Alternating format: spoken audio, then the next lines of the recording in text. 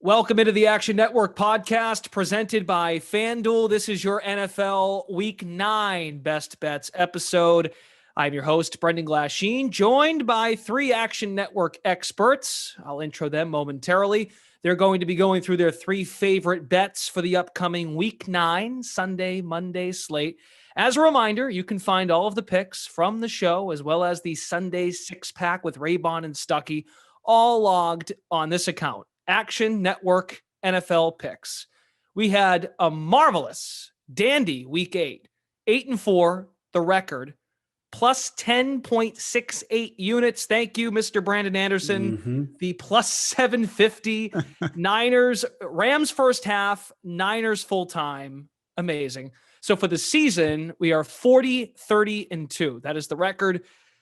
The gents joining me today, Brandon Anderson, has mentioned Anthony DeBundo. I was going to make a dumb joke and call you Anthony Charge as opposed to Vegas Refund, but kind of a bad joke. See, heavy crickets. Yeah.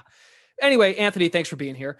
Jill Gallant joins us. He's also the host of the Touchdown Show, which is every Sunday morning during the season, 10:30 a.m. Eastern, live on the Action app, Action HQ Twitter, as well as the Action HQ YouTube page. So 6 teams on the bye this week. The Browns, the Cowboys, the Broncos.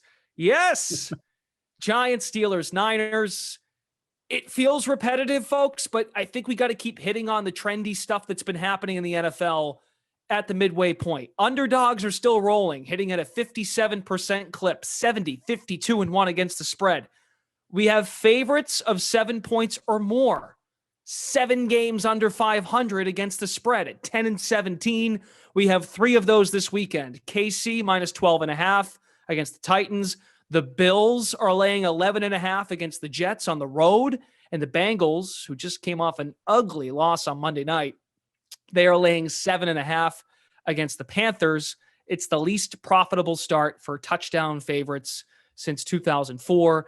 And unders continue to roll as well, 58% clip. It's the best start for the under through 8 games in the last 20 years. The second best last year, 68, 56-1 against the number through 8 games. Okay, housekeeping is over. Before we get to the best bets, we want a sentence to describe the Week 9 betting card. Brandon Anderson, what comes to mind? Yeah, we're halfway through the year, and for me, it's an oldie but a goodie. Buy low, sell high. Look for spots where you can invest when things are cheap and get out when it is expensive. Jill Gallant. Find something else to do at 4 p.m. Eastern, because I don't think schedule makers anticipated what these matchups were going to be and how they were going to play out by week 9, because Rams Buccaneers on paper looked like it was going to be an awesome matchup. I'm not sure if anybody's going to even want to watch it. The total set at 42.5. It could just be a slogfest. Very much a frozen pizza style of afternoon. Yeah, we're going to hear a lot of Tony Romo. I don't know, Jim. I don't know what to do here, Jim. What do we do? Yeah, a lot of confusion, I think, in that game based on how those two teams are trending. Anthony DeBundo, what do you have for us? Bye week blues. We've got 6 teams out of action. We've got 3 games this week with a 10-point spread. There's not that much of a competitive board this week for exciting games. And like Joe mentioned, the best game on paper coming into the season has not lived up to the hype. And I know Brandon will be watching the Seahawks anyway. So at 4:00. Yeah. Right. You can watch Philly's highlights in the meantime. We might have a game 7 home run highlights with all these bye weeks.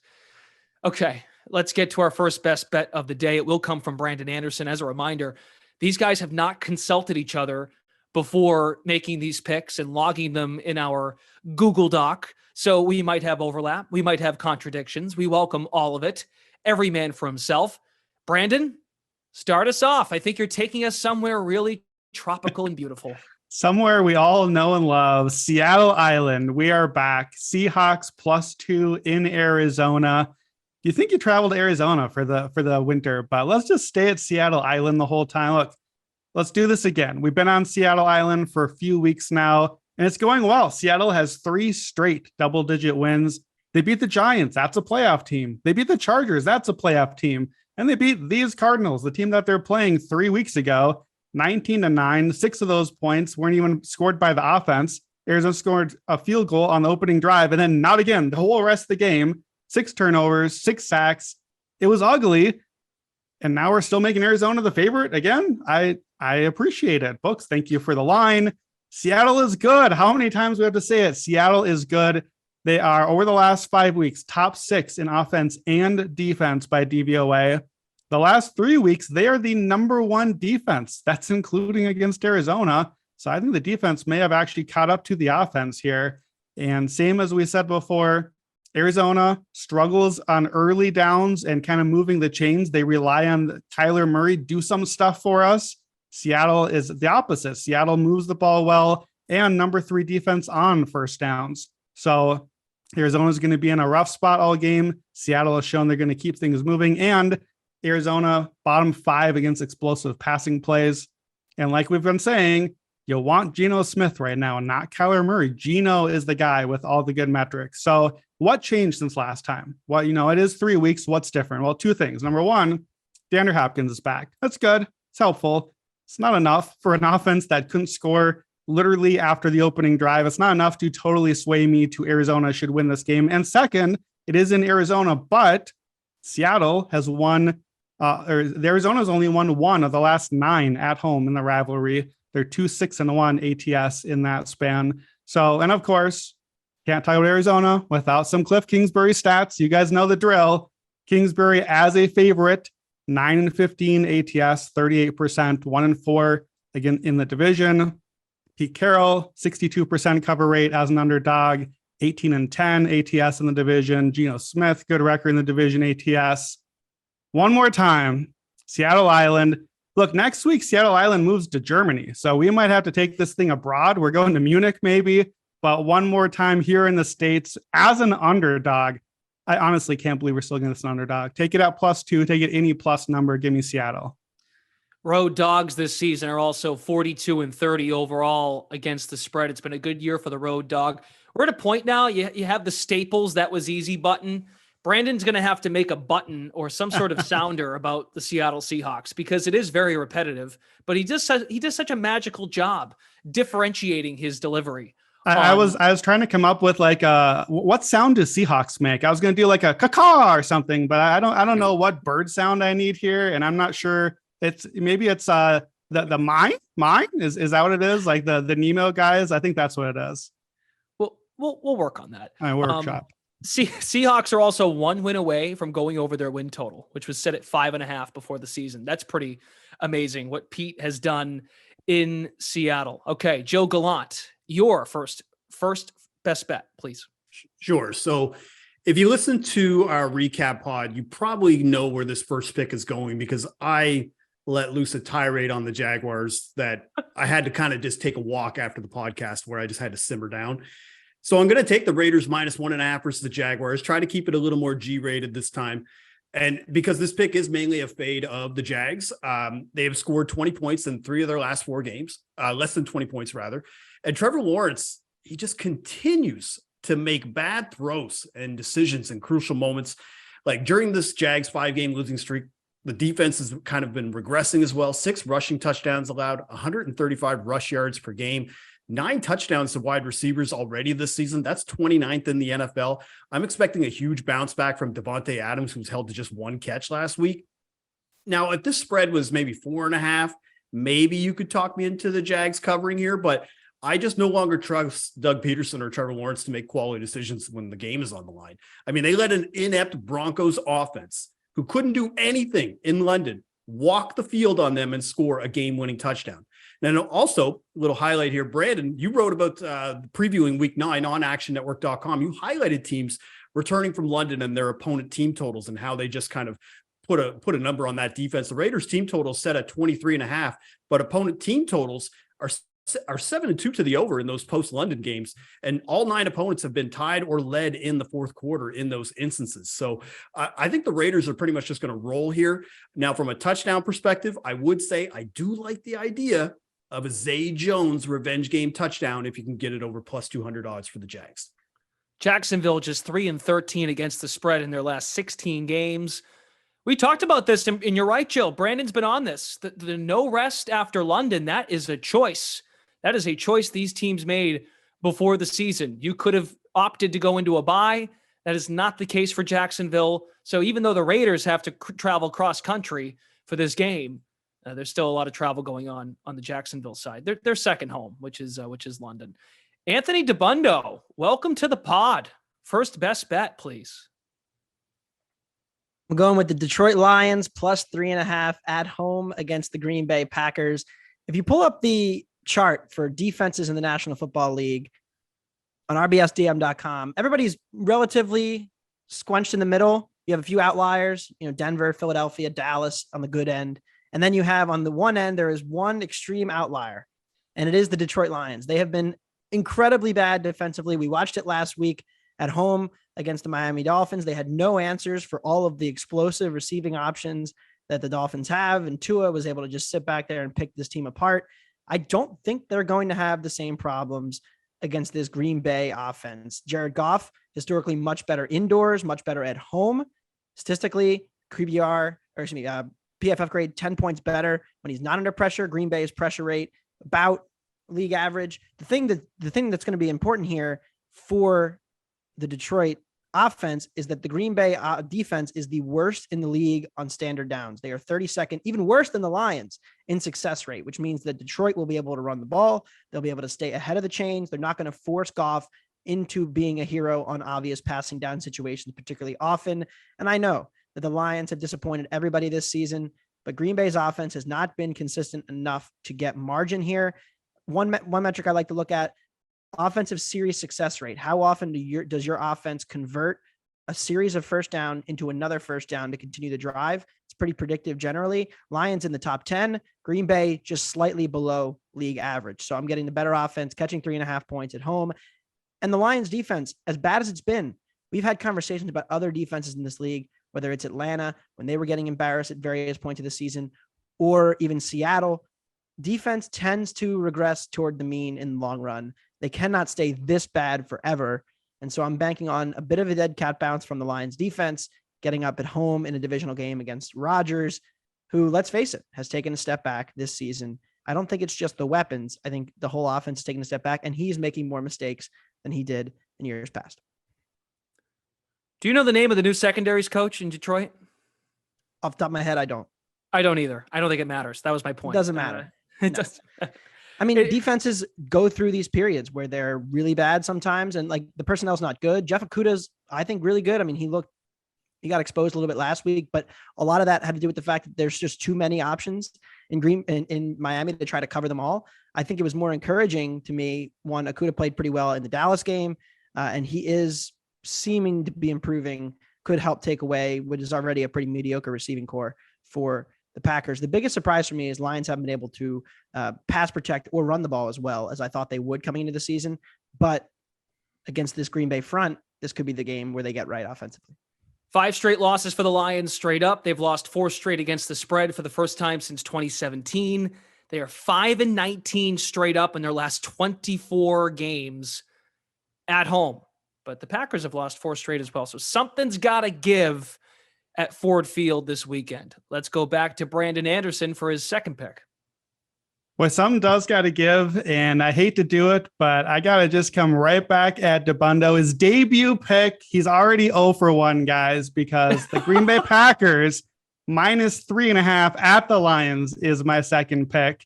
He's right. This is a buy low spot. Got the wrong team, though. We're buying low on the Packers after 4 straight losses. And look, I think we all expected, I did myself. I said a month ago, Packers Super Bowl ticket, this is the spot. Boy, I don't feel great about that one right now. But part of the logic was, okay, look at this upcoming stretch. We got the Giants, we got the Jets, we got Washington. Green Bay's going to start piling up all these wins. Well, it turns out those teams are all 500 or better, like everyone in the East divisions. And the Packers, they lost to all of them. But Green Bay is now 0-5 against teams 500 or better, but 3-0 against teams below 500. And I can't believe DeBundo is trying to tell us that teams regress to the mean and using the Lions as the example. The Lions haven't been meaningful in the NFL since like the 1957 championship game. And that's the team coming back to the mean.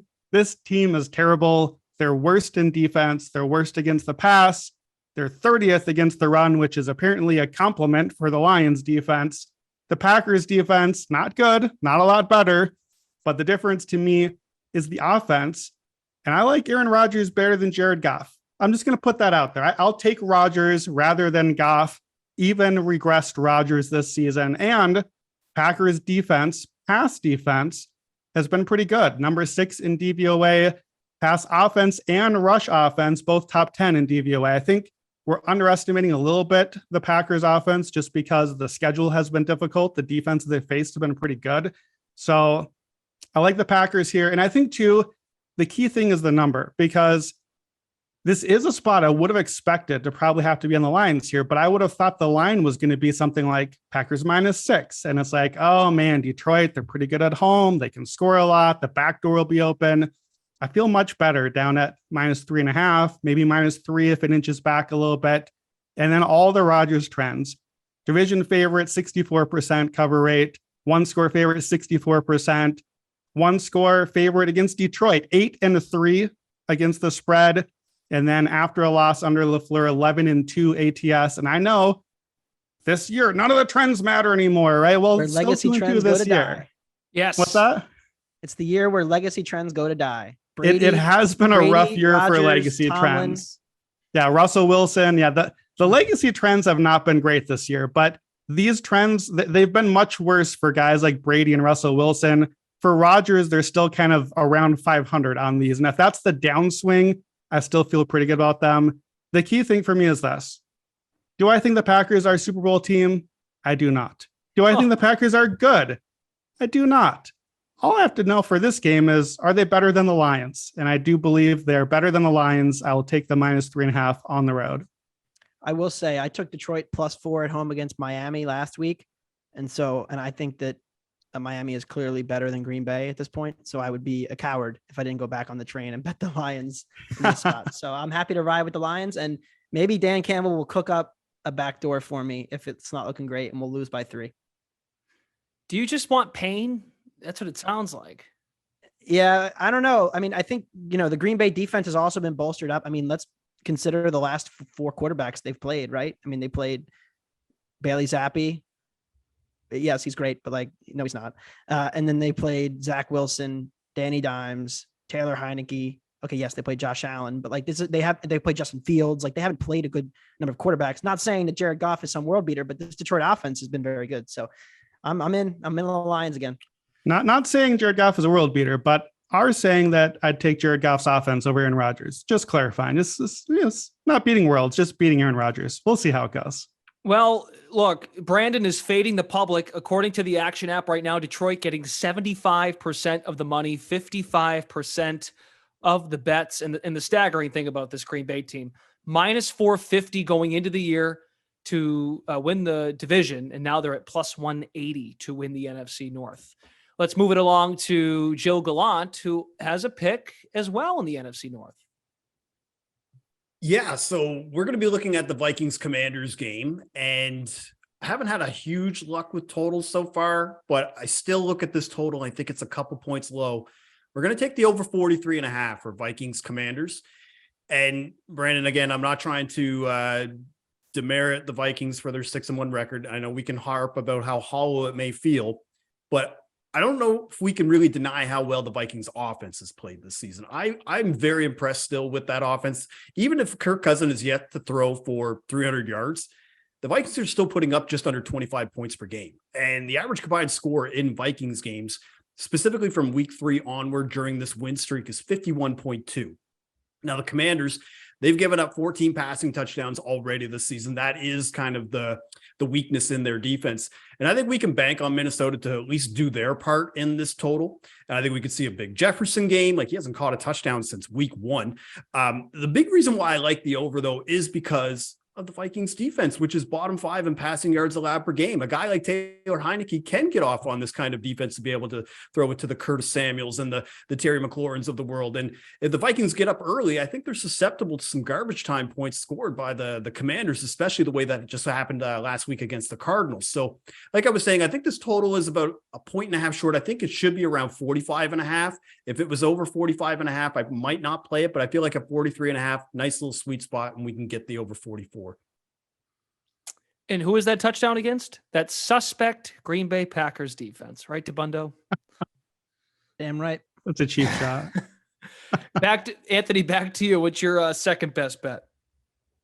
I'm going to go with the Kansas City Chiefs and the Tennessee Titans under 46.5. Titans voodoo has burned me repeatedly throughout the past 2 seasons. And I am really tired of going against this team. Vrabel's been excellent as an underdog in the past. I don't really see how Tennessee is able to consistently score in this game. Their offense looked lifeless against Houston. I know they ran for 1,000 yards, but they still only scored 17 points and the late touchdown to get to 17. So this offense has been really, that's the thing about, the modern NFL is when you run the ball as much as Tennessee wants to run the ball. They only attempted 1 pass in the first quarter of the game against Houston. Then you're going to have a hard time putting up big point totals, especially when you play like Tennessee, who is dead last in the league in pace, 31st in first half pace, 32nd in second half pace. Tennessee has also been the best offense in the league on script this year, first quarter. I wrote about this a few weeks ago. Like, they're the number 1 offense in the first 2 drives when they're able to script out what they want to do, get Derrick Henry on some created screens, get him out in space. But after that, they've been terrible. They had their first touchdown in the fourth quarter all season last week, and the week before against Indianapolis when they kicked a field goal. That was their first points in the fourth quarter this season. So there's all kinds of problems. They have no receivers whatsoever. Kansas City's run defense isn't as bad as people think. They're right below league average, so it's not as bad as it was in the last couple of years. So I'm encouraged by what I've seen from the Kansas City run defense, enough to at least contain Henry. Even if you can't necessarily stop him, they're going to load up the box, I'm sure. And I don't see how Tennessee scores enough here to keep up with Kansas City. And in the second half, this is the interesting thing about the Chiefs. They're 7th in pace in the first half. They like to move pretty quick, but then they just shut it down. So if they're up double digits here, we're going to see a very slow pace in the second half. Kansas City is bottom half of the league in pace in the second half. So playing with the lead, which I expect them to have, they're probably just going to shut it down, move on the next week with a pretty comfortable win. I like under 46.5. Titans are 2-5 to the over this year. Kansas City is 4-3 in those spots. Of course, we're familiar with these 2 teams meeting in the playoffs every once in a while. So yeah, all the trends tell you to maybe stay off Kansas City on the spread, but like you said, get in there, get out, feeling healthy and making it out, surviving and advancing. Okay, final bet from each of you. We'll go to Brandon first. I'm going to go back to the NFC North. Let's complete the quartet. We did Packers, Lions. We did Vikings. Let's go for the Bears. I will take my hometown or home suburban area town, Chicago Bears, plus 4.5 to defend the home field against the Miami Dolphins. So I was on Miami last week. This is now a buy low and a sell high spot. So sell high on Miami. They're 5-0 with Tua. They just got the big splashy trade for Bradley Chubb, Jeff Wilson in. Everyone's excited about Miami right now. The Bears traded away Roquan Smith. They traded away Robert Quinn, looking to the future. The future might be sooner than we think, because guess what? They found out that Justin Fields is allowed to run and pass the ball. It's crazy. They allowed their quarterback to do the things he's good at, and they're kind of fun and a little decent lately. The Bears scored 33 and 29 points the last 2 weeks. The Bears, their totals were barely hitting that in both sides combined. Mm-hmm. They're suddenly scoring now, and Miami doesn't get good pressure on the quarterback. That's Chicago's weakest spot, is their pass blocking. So that gives Fields maybe a little more time to do some things. And the Bears defense is awful against the run, not something Miami really does that well. They're all right against the pass, and especially they haven't really given up many explosive passing plays. So I think the matchup kind of gives a few problems here for what Miami does best. And then there's the home road splits. Miami's defense at home, 10th this season, on the road, dead last. They've allowed at least 27 points in all 4 road games. We mentioned the Dolphins-Lions game last week. The Lions just kept putting up points. Miami could do nothing to stop them. And then Chicago, number 7 defense at home versus 31st on the road. So they get the home advantage here. They're a much better defense in the second half. We've talked about how Miami kind of pours it on late once that speed factor gets there. So I think the Bears keep it close. They hang around. And then one other thing you always got to keep your eye on, special teams. The Dolphins are the worst special teams unit in the league. The Bears are top 3 on special teams by DVOA. So that's one of those hidden things you don't really notice. right up until you missed an extra point and you got a punt blocked and you shanked one out of bounds. And it's a spot where the Bears just keep getting these little tiny advantages all games. And I think they add up. So talked about the year of the underdog. Underdogs between 3 and 10 points this year now, 41 and 21 against the spread, 66% cover rate. If both the teams miss the playoffs, 79%. If the total is 47 or below, like this one, 71%. It's just a great spot for the underdog. So I'm going to play Chicago. It has dropped. It was 5.5. It's dropped down to 4.5. I don't mind that too much. That's kind of a dead zone anyway. And what it does tell me is that a few other bettors out there are also starting to notice that, you know what, let's get some value on Chicago here. Money line underdogs, by the way, of 180 or longer like this one, 16, 24, and 1 straight up this year, 34% ROI. So I like the Dolphins. I don't like the spot for them. I will take Chicago to cover. I'm going to play the money line too at plus 190. Let's just see what the Bears can do. Yeah, I think the home road splits is a great call because we talked so much about early in the season, Miami reaping the benefits of the heat, being at home, and they can take advantage of that spot. Training camp, preseason games, they get that advantage in that spot. It's also, there's a chance of wind and rain in the forecast this weekend. And look, I know Tua takes a lot of crap from the national media. Is he all that good? He's going to enter that same territory. I get the sense that Jalen Hurts was in last year when they lost to Tampa in the playoff game. Like, can Tua win a playoff game?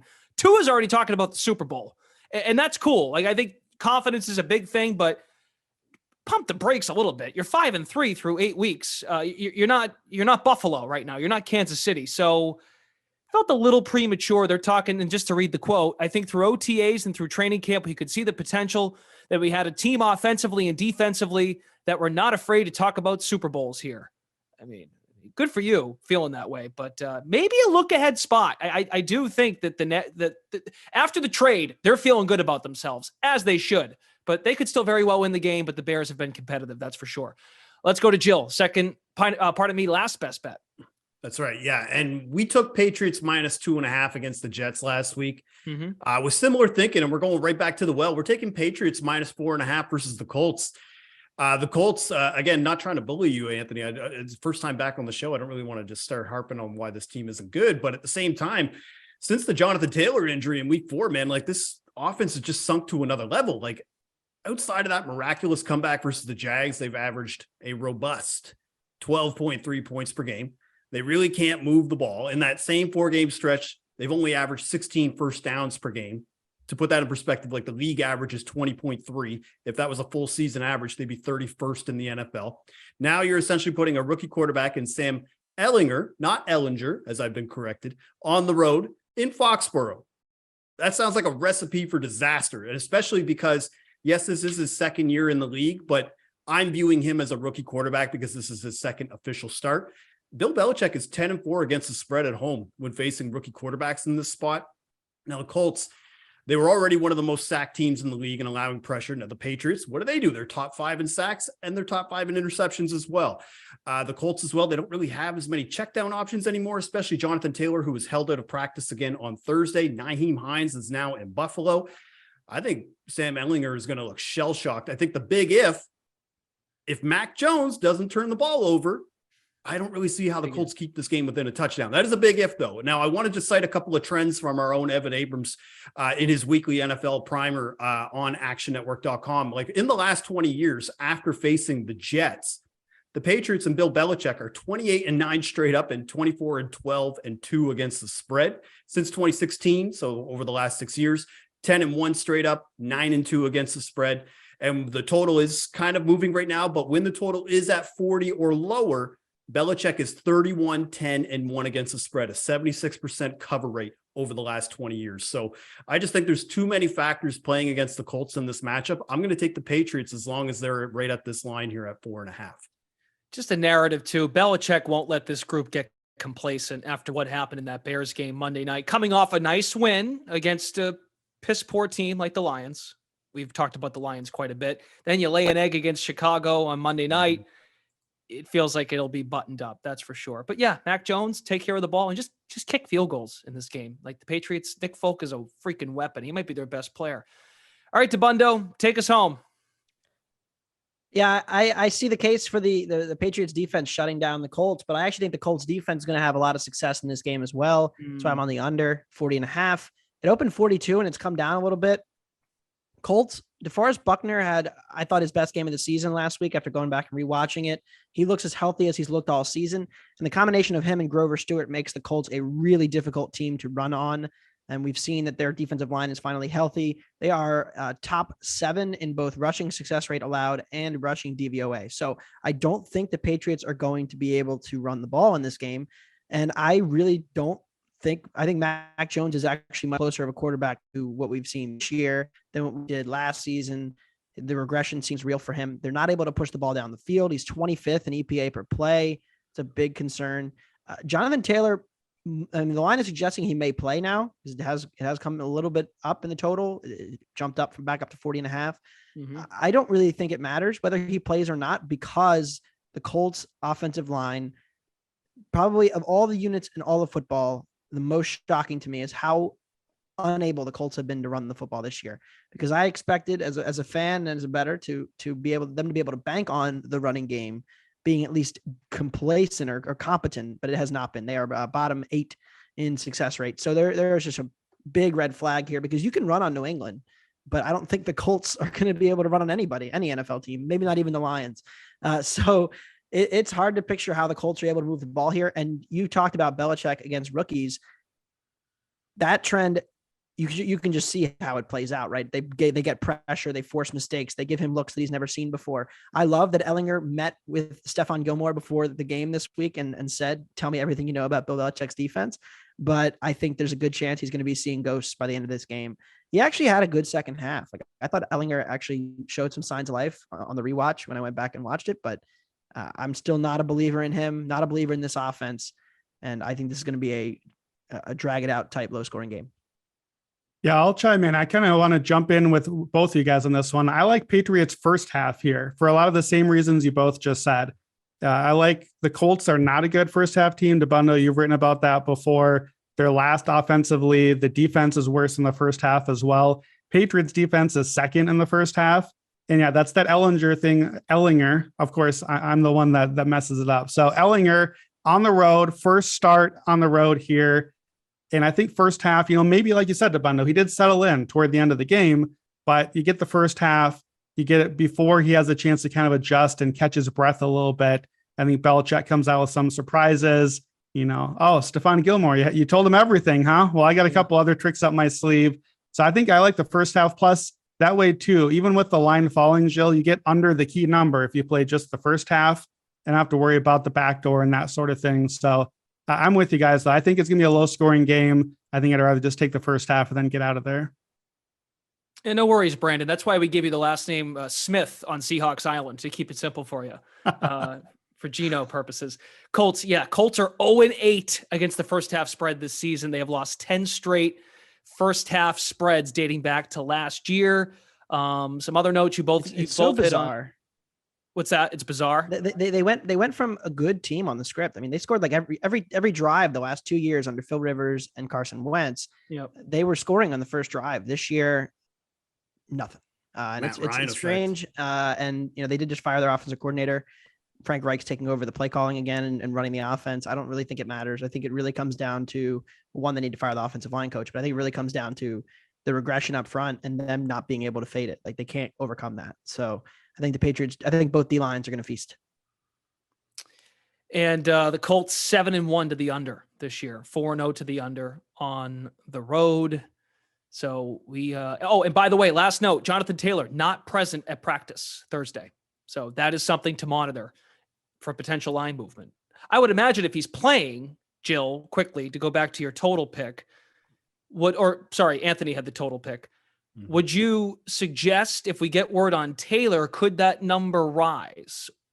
Or is that probably already baked in? I would imagine 41 is a key number. So you could sit around and maybe try to get a 41. Mm-hmm. But I'm a member of the RBSDM community, the running backs don't really matter community. So I don't personally care. I mean, the Colts didn't have Taylor or Hines in the game against Jacksonville, and some guy they pulled off the street, Deion Jackson, went off and had their best receiving and rushing game of the season for any player on the team. So It doesn't matter for me whether Taylor plays or not.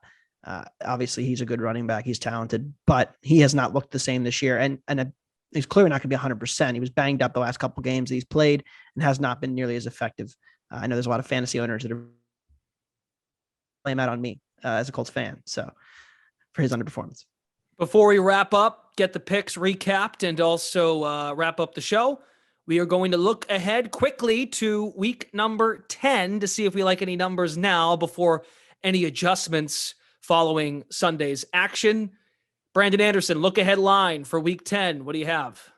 I like the Steelers +2.5 at home against the Saints next week. You hear that right away, you know this is a rah Mike Tomlin spot.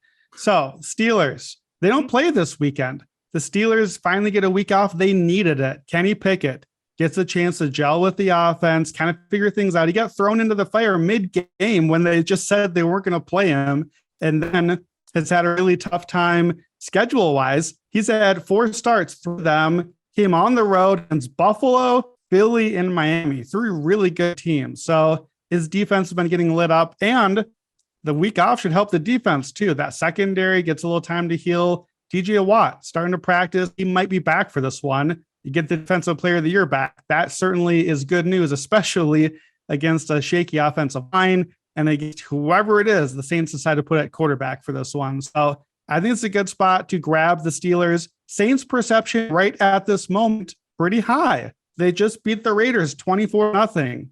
When was the last time anybody even thought about the Saints before that game? They've been a complete afterthought on the season. Now they're road favorites here. Andy Dalton, James Winston, road favorites. I don't really see it. Dalton is 9-16 against the spread in games. That obviously is the spot that he's in on Monday night here. He's 3-11 on the road there. Jameis Winston, if it's him and if they go Jameis, 13-23-3 ATS and toss-ups, 8-18-1 as a favorite. So whoever it is at quarterback, give me Taysom Hill. I don't care. It's not going to be a good quarterback here. I'd rather have Kenny Pickett at home, to be totally honest, with a week to prepare, settle in a little bit. And then the old Mike Tomlin stats. You guys know Tomlin as an underdog week 5 forward, 39-16-1 ATS, 71%. But when you get him at home, it's not often. Home underdog, Mike Tomlin, 14-2-1 ATS, covered 9 straight, won 7 in a row as an underdog, 13-4 outright as home underdog in Mike Tomlin's career, nearly a 100% ROI on the money line. So I like the Steelers +2.5. I like the money line. I see a +125. I don't think this was going to move a ton over the weekend. The Steelers aren't playing, but the Saints do play Monday night against the Ravens. The Ravens are pretty good. And if the Ravens come out and kind of drop the hammer on the Saints and everyone goes, oh, right, this was a team we hated the whole rest of the season, we're just thinking well of them right now, then I do think this can move. And like we said, 2 is kind of a key number now as well. So I'll just grab Steelers +2.5, make sure I get that rah underdog spot. Speaking of that Baltimore-New Orleans game, we just got word from Saint coach Dennis Allen that in all likelihood it's no-go for Michael Thomas the rest of the season. Out due to injury. He's been out for a few weeks. So many games. Hey, Jill, before we go real quick, I would imagine with the trade of Claypool, it could be maybe Pickens season going on there. Any touchdown score situations? Absolutely. I think it's the odds that you have to monitor because generally where he was in the pecking order, he was 3rd. So he would probably be getting like +300 to +350 odds. Now moving into wide receiver 2 spots, you're probably not going to see him better than +200. And it may be more if Kenny Pickett struggles like in that game against New Orleans, where we're just maybe not getting any offensive production, but he's so talented now, and being able to get the cornerback to more likely because Deontay Johnson is going to be facing off in that matchup. Likely he could go off in that game, especially if Marshawn Lattimore is still out. Maybe some Steven Sims, Miles Boykin love going forward, some longer shots. We will see. That's why we do this every week, everybody. Thanks so much for tuning in to our NFL Week 9 Best Bets episode. Recap the picks. Brandon Anderson is on Seahawks Island. What a surprise. +2 against the Cardinals on the road. He likes Green Bay -3.5 against Detroit. And he's on the Bears +4.5, a home dog against the Dolphins. Jill likes the Vegas Raiders -1.5 against Jacksonville. He's on the Minnesota-Washington over 43.5 points, and he likes the Patriots to cover against Indy at home, -4.5. Anthony DeBundo's debut picks. He's on the Lions. He's going against Brandon on the Lions, +3.5 against Green Bay. KC, Tennessee, under 46.5. And he's on New England, Indy, except he likes the under 40.5 points. That's going to do it for the Action Network podcast for our NFL Week 9 Best Bets episode. We are presented by FanDuel. Thanks to Brandon Anderson, Joe Gallant, Anthony DeBundo. Thanks for sliding in this week for Vegas Refund. I'm your host, Brendan Glasheen. Best of luck with all of your bets this weekend. We will see you again Monday morning for the recap show right here on the Action Network podcast.